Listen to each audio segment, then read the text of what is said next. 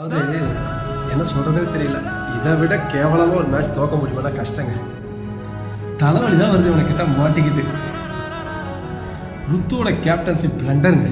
எல்லாரும் நம்ம இந்த சீசன் ஸ்டார்ட் ஆக வச்சோம் பவுலிங் சரியில்லைன்னு சொல்லுவோம். பவுலிங் ஏதோ பண்ணிடுறாங்க. ஏதோ ஸ்டார்டிங் ரன்னு போனாலும் ஏதோ ரெஸ்ட்ரிக்ட் பண்ணி ஒரு 194 ரன்னு 6 ஓவர் 75.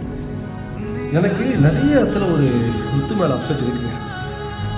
அது ஒய்டே இல்லை, சாரி ஒய்டுன்னு தெரியும், அதுக்கு ரிவ்யூ எடுக்குது.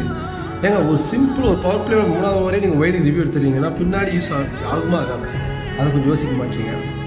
அண்ட் ஆயுஷ்மாத்லேயும் கிராம்புன்னு தெரிஞ்சிருச்சு. அவர் சொல்லுவாங்க நான் ஆடுறட்டு நீங்கள் கோச்சும் டிசிஷன் எடுக்கணுங்க, இல்லை போய் உட்காரு பின்னாடி. இப்போ கேதர் ஜாதவ் வந்து ஒரு மேட்ச் முடிச்சு கொடுத்தாரு, ஞாபகம் இருக்கா அவருக்கு? சம்திங் அந்த மாதிரி ஏதாவது பண்ணியிருக்கலாங்க. சரி, அதுவும் முடியுங்க, தப்பான டிசிஷன். நான் என்ன கேட்குறேன், Sarfaraz Khan order Matthew Short order மாறிடுச்சோன்னு தோணுது. ஏன்னா மேத்யூ